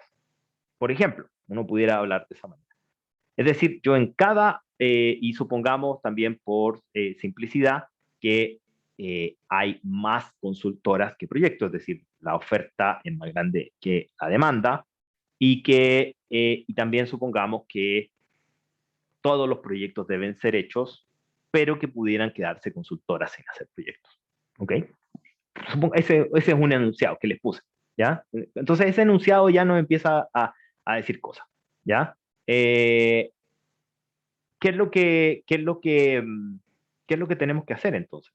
Tenemos que, si es que estos son eh, los proyectos, yo los puedo dibujar como que son N proyectos y que hay un flujo de proyectos. Yo puedo pensar que hay un flujo de proyectos, que aquí entra un proyecto, que aquí entra un proyecto, y que cada uno de esos proyectos va a dar a una asignación en la que yo digo hay un X de Y a J binario, ¿ya? Donde ese X sub IJ dice que es uno si el proyecto y en 1 a n, cualquiera de ellos, se asigna a consultora. Le estoy poniendo proyecto y consultoras por inventar algo, ¿ah? Pero ustedes van a ver sin contexto en el libro, en el Gilier, seguramente lo hace sin contexto. A la consultora J, a la consultora J, que está desde 1 hasta n. Para que me funcione mi ejemplo, voy a suponer que hay más consultoras o que M es mayor o igual que N, ¿ya? Para poder hacer que todos los proyectos se hagan. Esto pudiera ser poner las consultoras con los primero y los proyectos al otro lado, es a gusto del modelador, digamos, pero hagámoslo es simplemente un ejemplo, ¿ya? Simplemente un ejemplo. Entonces, lo que uno tiene que hacer en este modelo es definir, acá voy a borrar esto de acá, es definir que, no me raya, ahí sí, es definir quién hace cuál proyecto. Y supongamos que hubo un proceso de licitación por el cual ustedes van a saber cuánto les cuesta asignar el proyecto I a la consultora J, que es un costo mayor que cero, conocido. Ese es un dato. ¿Ya? El modelo, por supuesto, ¿qué es lo que va a hacer? La minimización de los costos. ¿Sobre qué variable? Sobre la variable X, que es la binaria. Es binaria. Ojo lo que dije. No es un problema de programación lineal. No es. Ojo lo que estoy diciendo. Lo voy a escribir al final, de forma súper explícita. Pero ¿qué es lo que tengo que hacer? Minimizar los costos. ¿Cuáles son los costos? Bueno, los costos de recorrer todos los proyectos, de recorrer todas las consultoras, decir que si yo la asigno voy a incurrir en costos C sub IJ y solo voy a incurrir el costo si es que el X sub IJ es igual a 1. Y tengo que decidir si es que es igual a 1. ¿Qué otra cosa tiene que pasar? Tengo que hacer todos los proyectos. ¿Ya? Si tengo que hacer todos los proyectos, eso implica que cuando yo estoy en un proyecto iésimo, lo estoy haciendo dibujado para que empiecen a sacar cómo se hacen las conservaciones de flujo, que ustedes ya lo saben. Si es que tengo un proyecto, yo tengo que definir si es que ese proyecto se va a ir desde el I al 1 o al I al 2 o del I al N. ¿Ya? Pero lo que tiene que pasar es que tiene que ser, tiene que ser hecho, ¿ya? Tiene que ser hecho por al menos una consultora. Entonces yo pudiera poner acá que la sumatoria de todos estos que están acá, de todos estos arcos que están acá, o de todas esas variables, de todos los X sub I que van a dar a los J, sumando por todos los J igual 1 hasta M, dado que tiene que ser hecho, yo pudiera poner que tenga igual a 1. Y esto lo tengo que hacer para todo I perteneciente de 1 a N. Pero yo también pudiera poner, sin ningún complejo, que esto fuere mayor o igual que 1. ¿Por qué puedo hacerlo? Ustedes ya lo saben de los cursos anteriores, porque estamos minimizando costos. Eso implica que esta minimización me va a obligar a escoger la mínima cantidad de X posible. Entonces, cuando yo pongo mayor o igual, igual va a encontrar uno solo. ¿Ya? Ojo con eso, recuerden eso. ¿Ya? Igual va a encontrar uno solo. ¿Por qué poner mayor o igual? Porque eso le da más espacio al problema de optimización, al método que lo va a solucionar, y al darle más espacio, al tener más espacio soluciones factibles, el método es más fácil de que encuentre un primer punto inicial, porque puede poner variables de holgura, y al hacer eso, converge más rápido. ¿Ya? Ojo con eso. No es mala cosa, es una práctica, lo puse en azulito porque ustedes pudieran llegar y poner el igual a 1, sí, no hay problema. Pero, ¿cómo se llama? Eso no necesariamente tiene un correlato con, con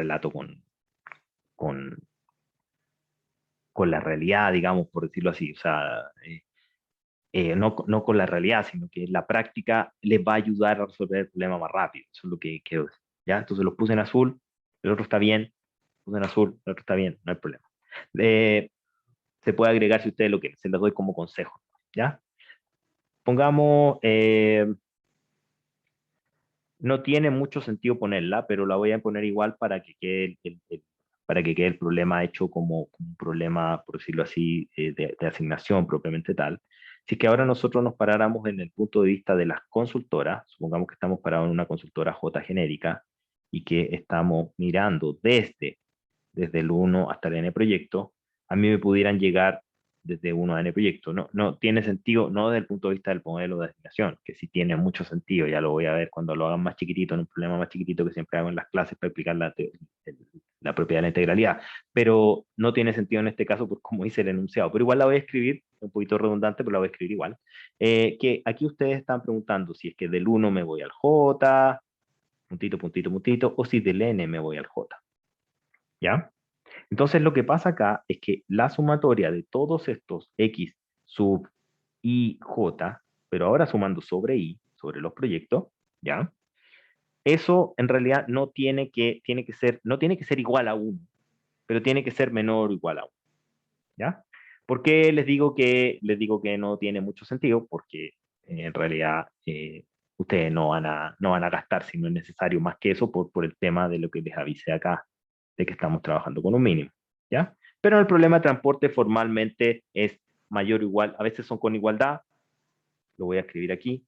En el problema de transporte clásico, generalmente los frescos de los libros dicen m igual a n y hacen la sumatoria de los x sub i j igual a 1 por i, y la sumatoria de los x sub i j igual a 1 por los j, para todo j y para todo i. Eso es lo que se hace generalmente en los libros. Yo lo quise hacer por ponerle un enunciado un poco distinto, ¿ya? Pero sigue siendo un modelo que tiene la siguiente característica. Ustedes me dicen, pero profe, hasta ahí ese modelo no tiene nada raro. Es un modelo lineal. No, porque lo que estoy diciendo es que el x sub i j es binario, chicos. Es decir, es entero, una parte de lo entero, entre 0 y 1, y al ser binario, y esto es para todo i, para todo j. O sea, para todas las posibles combinaciones, esto es binario. Y se tiene que cumplir que se atiende todos los proyectos, y se tiene que cumplir que no atiende, que una consultora no atiende más de un proyecto. Se tiene que cumplir eso. ¿Ya? Entonces, esto que está acá, usted en este punto se puso complicado. Porque esto es complicado. Esto complica desde el punto de vista de la complejidad matemática. La combinatoria, el mejor modelo que soluciona teóricamente este problema, demora más pasos que el problema de programación lineal. Pero en el caso de los modelos de redes que les dije antes, eso uno se lo salta. ¿Y por qué se lo salta? Tengo una duda. Dígame nomás. Es que, bueno, estaba revisando también el apunte que nos subió a Canvas, el de repaso de redes, Ajá. y aparece, bueno, aparece muy parecido a lo que está escribiendo, pero en las sumatorias de X y J, los mayores igual están invertidos. Era lo que les explicaba recién. No, Sí, no por eso, po. alcancé. Santiago, era Santiago, Sí, Santiago o Nicolás, por, ¿quién está hablando? Santiago. sí, por eso me quedó Sí, como la duda. Santiago, el tema es que es el enunciado que hice con palabras, ¿ya? Ah, perfecto, Si ya, yo ahora sí lo hubiera hecho, si yo hubiera dicho como esa nubecita que está aquí abajo, ¿ya? Si yo lo hubiera hecho como los libros, eso sería una igualdad. Si yo hubiera cambiado de orden y en vez de poner al lado derecho las consultoras, los proyectos, hubiera puesto las consultoras, se te da vuelta, Ah, ¿ya? ahí estaba ¿Ya? lo que me Pero confundía. si yo lo como es porque lo dije de esa manera, lo escribí de esa manera, ¿ya? Entonces por eso, Oh, pero depende del enunciado, ¿ya? ok, Ahora, ok. ahora bien, el modelo tiene las mismas características, porque fíjate que lo que te está cambiando es el signo, pero la estructura de la matriz A, que está metida dentro de esa sumatoria escondida, que es A por X, es la misma, ¿ya? Sí, ujú, Es exactamente la misma sumatoria. Entonces, la misma matriz A, y por ende la matriz A tiene esa misma propiedad de esa propiedad de la unimodularidad. ¿Ya? ok. Vamos, vale, vamos, no, buena pregunta, ¿eh? Gracias por la pregunta. Después vamos a ver un ejercicio, no es un ejercicio, ¿eh? O sea, sí es, pero es un ejemplo. Supongamos que esto siempre lo hago con lavar platos o planchar o lo que sea, ¿ya? Pero supongamos el típico dicho de Pedro, Juan y Diego, ¿ya? Supongamos el típico dicho que siempre lo hago, creo que llevo haciéndolo como 10 años y por ende 20 cursos, el mismo ejemplo, pero creo que este ejemplo es muy claro, ahí estoy aceptando que me pidió ahí en privado, creo que este ejemplo es muy claro respecto de explicar el problema de asignación. Eh, Voy a cambiar el orden ahora, Santiago, porque si Pedro Juan, siempre, se puede hacer para los dos lados, pero lo voy a hacer para el otro lado para que se entienda justo lo que estabas preguntando. Supongamos que las consultoras son Pedro, Juan y Diego, ¿ya? Entonces las voy a poner al lado izquierdo, ¿ya? Pedro, Juan y Diego que tienen que hacer una tarea. Pedro, el nodo Juan y el nodo Diego. Todos ellos, por supuesto, se representan como que hay una disponibilidad de un Pedro, de un Juan y de un Diego, ¿ya? Pero ahora, al otro lado del grafo, no van a haber muchas tareas, sino que van a haber solo una tarea, para hacerlo simple, para que poder dibujarlo. Y esa tarea va a ser planchar, no, porque Pedro se llama lavar, va a ser lavar, ¿ya? Va a ser lavar los platos. Pedro, Juan y Diego viven juntos en un departamento, comen y deciden que van a ver quién debe lavar los platos. Bueno, Pedro manifiesta que, mira, sabéis que tengo que estudiar, así que mi costo es Pedro lava. Ese es mi costo. Mira, Juan dice, mira, yo tengo que estudiar, pero en realidad tengo que ir a hacer un trámite al banco, entonces mi costo de oportunidad, digamos, puesto en plata, es de costo de Juan Lava.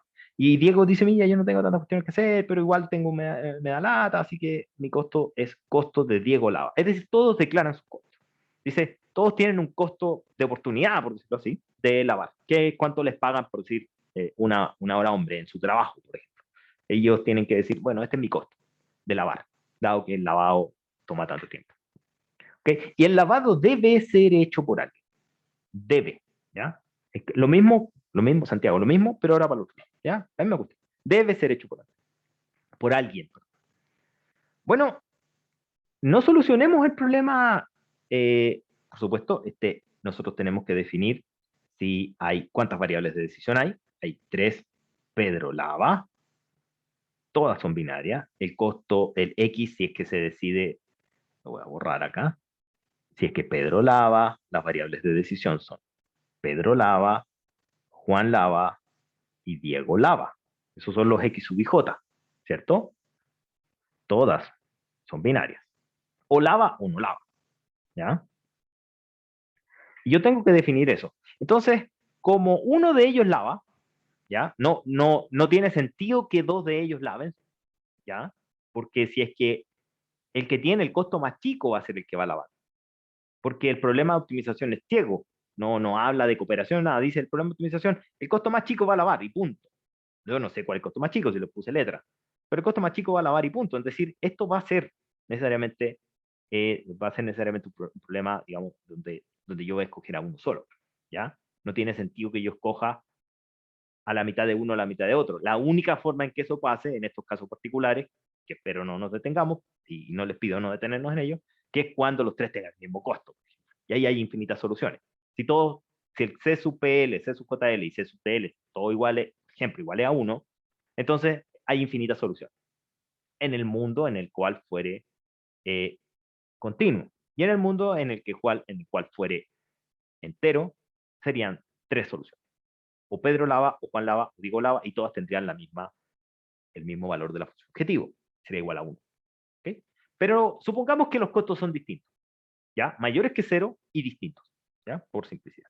Siempre, en ese caso, va a haber alguien que lave. Y el problema no... Lo estoy explicando la propiedad de la integralidad ahora en forma intuitiva respecto a los costos. Entonces siempre va a haber uno solo que lave. No hay una solución intermedia. Entonces, pero, profe, pero ya no importa, por intuición, pero cuando el problema es más grande pudiera no ser así. Sí, pudiera ser, pero analicemos geométricamente. ¿Qué significa que uno de ellos no más lave?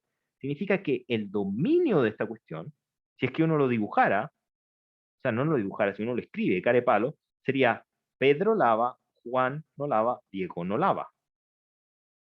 Pedro no lava, Juan lava, Diego no lava.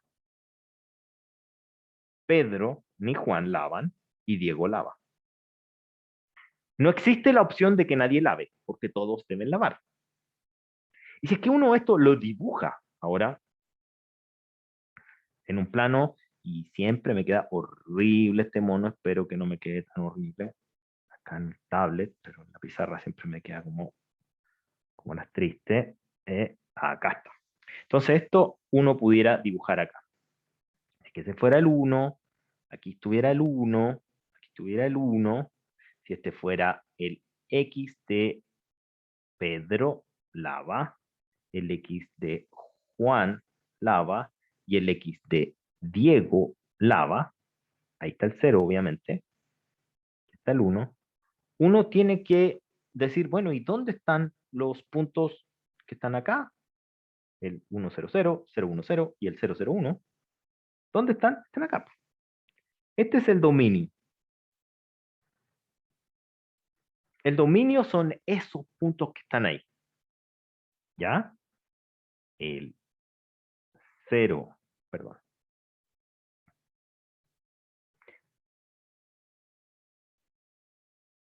El, ahí del, perdón, el 1, 0, 0, el 0, 1, 0 y el 0, 0, 1. ¿Ok? Ya, dado que los dibujé así, o sea, uno puede ubicar los ejes para el lado que se le ocurra. ¿Ok? Entonces, si ustedes tienen eso, ese es el dominio. El dominio es, digamos, es un dominio entero, son 3 puntos. Este es el dominio. Eso no tiene ni por dónde ser un dominio continuo. Pero fíjense, si yo hago esto y dibujo el dominio continuo que está alrededor de esos vértices y le hago un achurado rojito, no, vamos a hacer un achurado verde. Ojalá se entienda. Porfa, los que más participan, no sé, Nicolás, Santiago, se entiende que eso es como un papelito que está cubriendo y que está con los vértices del dominio, ¿cierto? ¿El monito se Sí se entiende? entiende, profe. Vale. Sí se entiende. Súper, gracias. Fíjense que ese dominio que yo acabo de poner es un dominio continuo, ahora, que está compuesto por 3 vértices. Entonces, fíjense la magia de esta cuestión, magia entre comillas, digamos, los vértices son enteros. Implica el simplex encontrará un óptimo entero. Y si el simplex encuentra un óptimo entero, este problema es más fácil de lo que creíamos. Porque era un problema entero, dijimos que era un problema entero. Pero ¿cómo? Si X es binario. Es binario. X es binario. Bueno, X es binario. Bueno, entonces, ¿qué significa esto? Significa que para el problema para los problemas que tienen, para los problemas que tienen propiedad de la integralidad, ya, para los problemas que tienen esta propiedad de la integralidad, cuando uno escribe el problema del mínimo de C transpuesto por X, sujeto a, que A por X es mayor o igual que B, con X no mayor o igual que 0. Justo era lo que quería mostrar y de pegado. Con X perteneciente a Z n más, son iguales, y lo voy a escribir solo por claridad, entero de nuevo. Esto es equivalente, voy a escribir exactamente lo mismo de nuevo, pero va a haber una sutil diferencia que voy a marcar en rojo. Va a ser igual al mínimo C transpuesto por X, a X mayor o igual que B, rojito, X perteneciente a R n más. Y eso pasa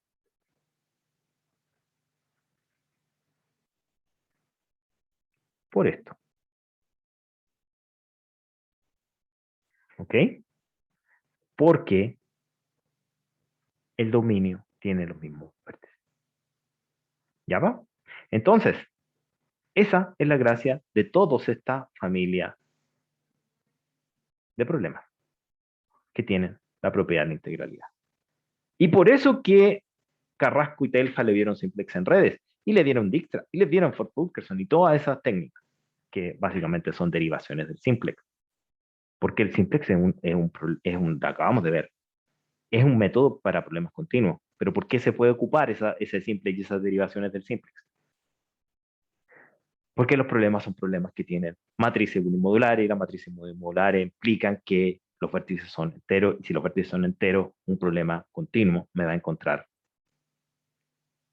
el vértice y la solución, por ende, a pesar de que esos tres puntos son totalmente diferentes, esos tres puntos que están ahí en esa figura, son totalmente diferentes al pedacito de papel verde que está arriba de esos tres puntos. Uno es continuo, el otro son tres puntos. Igual el método va a hacer su trabajo. ¿Ya? Entonces uno puede solucionar sobre el papel verde y no sobre los puntos. Esa es la propiedad de la integralidad, chiquillos. Me gasté harto más de lo que se hubiese gastado Carrasco en explicarla, diciendo que A es unimodular y se acabó. Pero, de hecho, me gasté hartos minutos, digamos, pero creo que es importante que se entienda de qué estamos hablando, ¿ya? Y por eso lo expliqué de esta manera bastante diferente a lo que lo hace Carrasco y Telja, que a lo mejor ni se acuerdan, pero sí lo vieron, ¿ya? Ok, después de eso, vamos a ver los otros modelos. El otro modelo, alcanzo de todas maneras que alcanzo, vamos a ver el modelo transporte, que era el que había puesto de los primero, pero lo voy a ver en segundo lugar. Ya estoy rayando mal. Vamos a ver el modelo de transporte. El modelo de transporte es un modelo que se parece mucho al modelo de asignación, pero ahora, a diferencia del modelo de asignación, es en los orígenes y en los destinos hay muchos orígenes y hay muchos destinos. No hay solo una consultora y un proyecto, sino que hay muchas personas en orígenes que quieren llegar a muchos destinos. ¿Ya? Entonces, por eso se llama de transporte, porque proviene proviene digamos, de cómo se analizan las redes de transporte. Se generaron y se inspiraron en esa problemática. Uno hace el mismo grafo bipartito, es decir, uno hace desde 1 hasta n orígenes, ¿ya? En cada uno de esos n orígenes hay una cantidad a sub i, o a sub con i de 1 a n, pasajeros en los orígenes. Y a mí, en realidad, ¿saben qué? La voy a poner es para darles otro ejemplo nomás. No lo voy a poner como el ejemplo del Gilier, que es lo típico, como hablamos del transporte típico, que habla de personas y el sistema de transporte. Yo les voy a hablar de bodegas y cajas. Cajas que tienen que ser transportadas desde bodegas a tiendas, ¿ya? Entonces, hay N bodegas, entonces digamos bodegas, N bodegas, ¿ya? Que tienen que hacer envíos a ciertos clientes, que son tiendas, por ejemplo. Supongamos que son 1 hasta M tiendas, que tienen una cierta demanda sub J, digamos, que va desde 1 hasta M, y son esa demanda, y desde cada una de las bodegas yo tengo la opción de enviar a cualquiera de las tiendas, ¿ya? Estas son cajas, el A y el N, los A sub I y los A sub I y los D sub J son enteros, ¿ya? Son cajas, son pallets. Y yo desde cualquier bodega puedo llegar a cualquiera de las tiendas. Y se me conforma el mismo esquema que antes. Supongamos adicionalmente que yo también conozco los costos de transportar una caja o un pallet desde I a J. Yo lo conozco. ¿Ok? Entonces la variable de decisión es cuántas cajas yo hago transitar desde I hasta J. ¿Ya? El número de cajas que yo hago transitar desde la bodega I hasta la tienda J. Si yo conozco el costo, el modelo es casi igual, es igual que el modelo de transporte, no vamos a, no es nada que admirarse, digamos. Costo igual que el modelo de transporte, voy a escribirlo solo por notación. ¿Sí? La minimización de los costos, desde todas las bodegas hacia todas las tiendas. Adicionalmente, voy a hacer un error acá y lo voy a poner en rojo, ¿ah? Así que ojo con eso, para que lo vamos a discutir. Voy a poner las siguientes restricciones. Restricción 1, que vamos a suponer que todos lo que sale de una determinada tienda, lo voy a escribir más abajo porque necesito espacio. O no, voy a ocupar ahí mismo.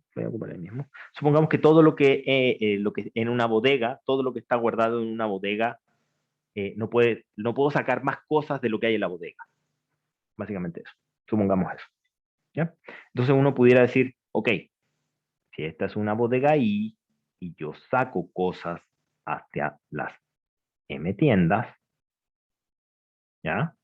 Todas esas cositas que saque, que es la sumatoria de lo que va desde I hasta todos los J, desde J igual 1 hasta M, no debiera superar la disponibilidad de cajas en I, ¿ya? Lo que equivale a decir que la sumatoria de los X sub i J, de J igual 1 hasta M, no puede ser mayor, es decir, es menor o igual que los A sub i. De nuevo, y aquí Santiago, dado que me estás diciendo ahí que me contaste ahí que leíste, no me acuerdo cómo lo escribí en los apuntes, para ser honesto, pero toma en consideración el enunciado que le estoy diciendo ahora, que depende cómo uno lo defina, ¿ya? Entonces, supongamos que es así. Después de eso, vamos a la segunda restricción, y es decir, vamos ahora a analizar la llegada a las tiendas. Yo estoy parado en una tienda J, y yo tengo una demanda J, me van a llegar cajas desde la bodega 1 hasta la bodega N, que son la sumatoria de los x sub i j desde i igual 1 hasta n. ¿Ok? Eso implica que lo que yo vaya a ir a dejar a la demanda tiene que superar a la demanda. ¿Sí? Toda la sumatoria de lo que yo traiga desde las i igual 1 hasta n bodegas debe superar, ser igual a la demanda. Profesor, ¿por qué yo llevaría más? Bueno, de eso se va a encargar la función objetivo, que es un mínimo. Se encarga la función objetivo. Entonces, yo no debiera poner, yo creo, porque si no, no va a funcionar esta cuestión, debiera poner la siguiente restricción. Y esta siguiente restricción es que tiene que pasar algo.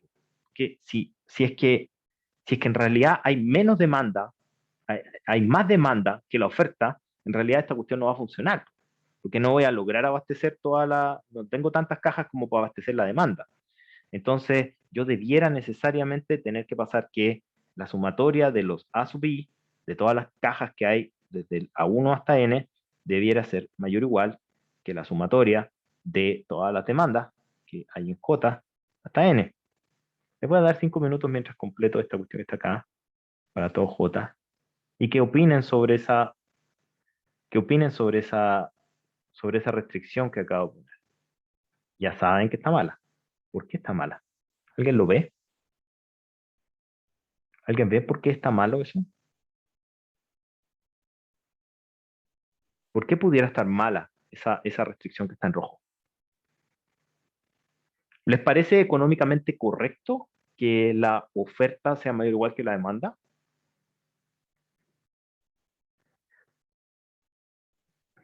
Eso no es económicamente incorrecto. Está bien. De hecho, Luca, no necesariamente iguales. Pudiera haber más oferta que demanda. Y se quedan con la demanda nomás las bodegas, se quedan con la cuestión guardada. ¿Saben el problema? Que esto no es una restricción propiamente tal del modelo, sino que es una condición que uno le pide a los datos de entrada del modelo. ¿Ya? Si ustedes van a resolver un problema de transporte y no tienen suficiente oferta, entonces el problema no tiene solución factible. ¿Ya? Entonces, si ustedes corren este modelo y no se cumple esto, el problema sería infactible. ¿Ya? Entonces, ¿esto está mal? No, no está mal porque sea económicamente correcto. Es económicamente correcto. Pero esta condición se le exige, se le pide a los datos antes de resolver el modelo.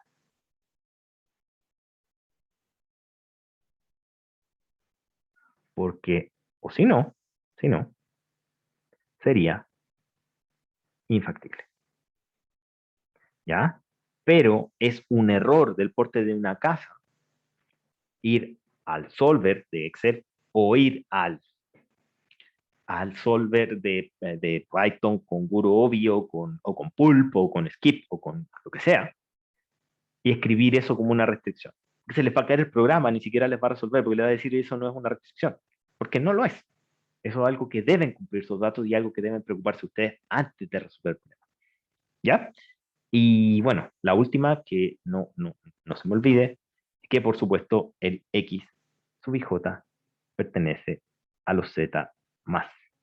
Para todo I de 1 a N y para todo J de 1 a N. Este problema, al igual que el de Pedro, Juan y Diego, que es de asignación, también tiene la propiedad de la integralidad, indibujable, ¿ya? Se pudieran empezar a imaginar el mismo mono, sí, eventualmente con un Pedro, muchos Pedro, Juan y Diego con un solo destino. Sí, se pudiera dibujar ese, pero para qué repetir la misma explicación, pero sería ese caso, los demás son indibujables. Hay una pregunta, perdón. Dice, no es una restricción al final porque no restringe a X, ¿cierto? Es exactamente, Gerardo. Las restricciones tienen la forma, gracias, Las restricciones tienen la forma matemática de f de x menor o mayor o igual, o alguna relación con un lado derecho, con un b. Y en este caso tú no estás moviendo x para nada. El modelo no tiene injerencia sobre los parámetros. Eso también es otra forma de verlo. Muchas gracias por la pregunta, Gerardo. ¿Ya? Así que también es una forma de verlo. Entonces, por eso hice este show acá de ponerles esta restricción. La puse en rojo y mal a propósito. Tiene que seguir la explicación para que usted no lo haga. ¿Ya? Es para eso. Ok, veamos otro modelito. Este modelo de transporte. A ver, miren, el modelo, hay un modelo, el modelo que viene, que yo no me acuerdo cuál les prometí, pero es el grande. ¿Qué es lo que pudiera hacer? Porque me quedan unos minutos, me quedan 5 hasta las 13:20. Voy a hacer la introducción, ¿ya? Voy a hacer la introducción sin entrar en más detalle. Hay un problema grande que es el problema generalizado, que también se llama el problema de flujo a costo mínimo, ¿ya? En el apunte mío, digamos, bueno, no es mío, es de todos nosotros porque lo han hecho ustedes, compañeros antiguos, yo también he metido mano, pero es de toda la UANDE, tiene errorcillos, pero ahí tenemos harto, está súper fuerte el capítulo de flujo a costo mínimo, ¿ya? Está bien detallado en el látex, ¿ya? El simplex en redes sobre todo, ¿ya? Nosotros vamos a recordar el problema, porque simplex en redes ya lo vieron, ya lo conocen con Telja, con Carrasco, pero yo lo que quiero recordarles es el problema. El problema del flujo a costo mínimo ya no ocupa grafos bipartitos, sino que ocupa grafos con toda su clase de la ley. ¿Ya? Son grafos que tienen arcos y nodos. ¿Ya?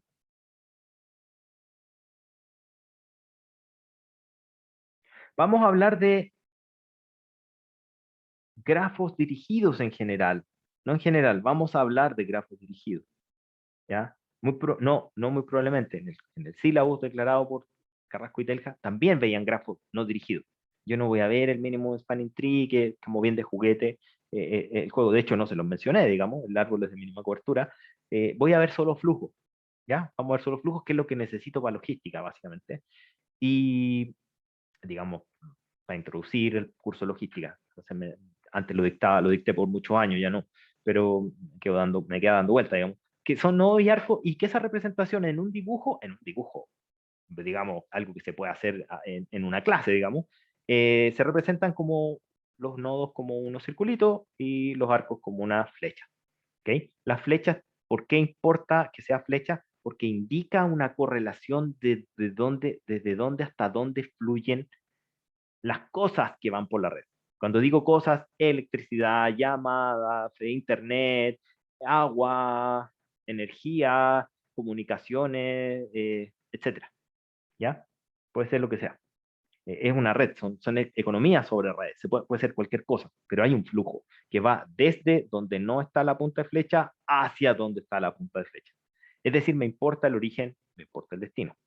Y en general uno dice que el conjunto de nodos yo le voy a llamar N, el conjunto de arcos le voy a llamar A, y al grafo va a ser una tupla que va a estar configurada por los nodos y los arcos. Profe, aterrícelo, no hay problema. Supongamos que tenemos esta red. Le voy a poner, de hecho, a propósito le voy a poner nombres raros a esta cuestión para que ustedes no se me empiecen a marear con la nomenclatura. ¿Ya? Entonces, pongamos que este nodo se llama el nodo estrella, que este nodo se llama hola, y que este nodo de acá se llama carita. ¿Ya? Los nodos se llaman como quieran. Y lo mismo en los arcos. El arco se llama ruta 1, este otro arco se puede llamar, digamos, B, y este otro arco se pudiera llamar casa. El ruta 68, ruta de la fruta, camino de la madera. Da lo mismo el nombre. ¿Por qué da lo mismo el nombre? Porque lo que interesa al final del día es la tablita de orígenes y destino. ¿Ya? ¿Qué es lo que van a tener ustedes? Por ejemplo, aquí hay una oferta que le vamos a llamar a su estrella, y aquí supongamos que hay una demanda y esa demanda se llama demanda de carita feliz. ¿Qué es lo que importa de ese grafo? Es la información que está dentro del grafo. Yo cuando tengo la lista de los arcos, voy a tener un Excel donde me va a decir el nombre, el origen y el destino. Y cuando esto lo aterricemos, vamos a tener la ruta 1, el camino B y el camino casa. Y la ruta 1 va desde Estrella hacia Ola.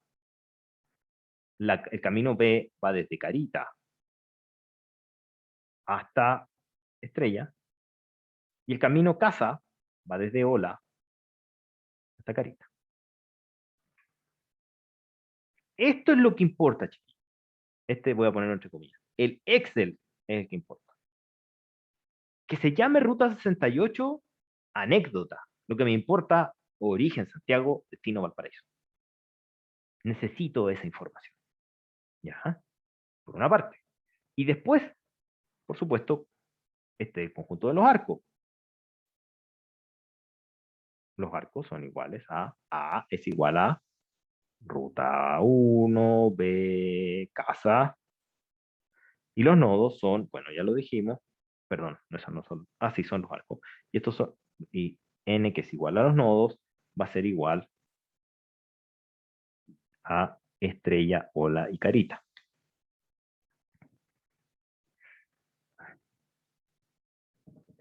Entonces, eso que está, después, sí, pues estoy en clase, sí, vale, disculpen. Entonces, eso que está ahí, uno lo puede resumir como grafo igual a nodos y arcos, ¿ok? Entonces, ustedes no me preguntaron, pero yo les hice un ejemplo. Uno puede escribir eso así. ¿Cuál es la gracia de estas cuestiones, chiquillos? La gracia de estas cuestiones, sobre todo en Chile, se hace crítico. Si uno tiene Chile, disculpen el dibujo tan penca, charcha que hice de Chile, y tiene una red de transporte de Chile, yo tengo un paper, de hecho está antiguo, una red de transporte longitudinal, en un país como el nuestro. Pregunta.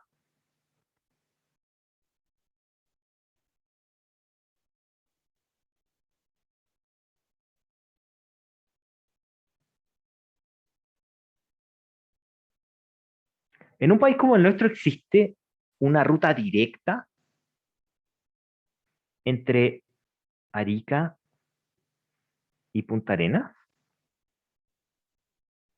La respuesta es no. Entonces, si ustedes hicieran lo que uno siempre comete como error cuando recién está partiendo, como se hace en los grafos bipartitos en general, pero usted cometer la irresponsabilidad de hacer esto en un modelo de optimización real, que es que ustedes tienen muchos nodos y dicen, conozco los nodos. Si los conozco, entonces los arcos van a ser todos los X sub i J, tal que cuando yo haga la sumatoria, voy a decir, la sumatoria de todos los X sub i J, desde I igual 1 hasta N, y desde J igual 1 hasta N. Épale. Eso no está bien. Porque no todos los arcos existen. En general,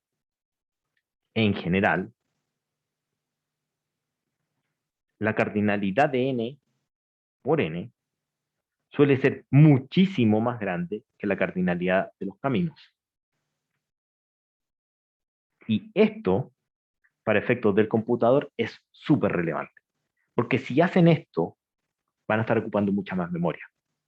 Y se les va a caer el modelo. Pudiera caérsele. O se va a demorar mucho más.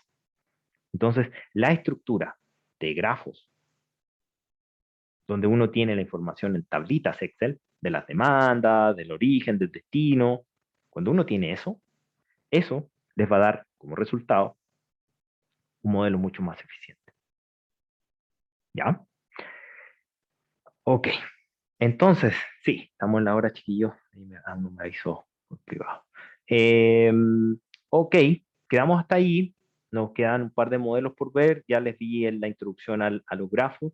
Y después de eso voy a ocupar los grafos simplemente para definir el flujo a costo mínimo. Con eso terminamos de frentón el repaso. Hoy a la tarde les envío la tarea cuando salga de mi de mi problemita con el computador.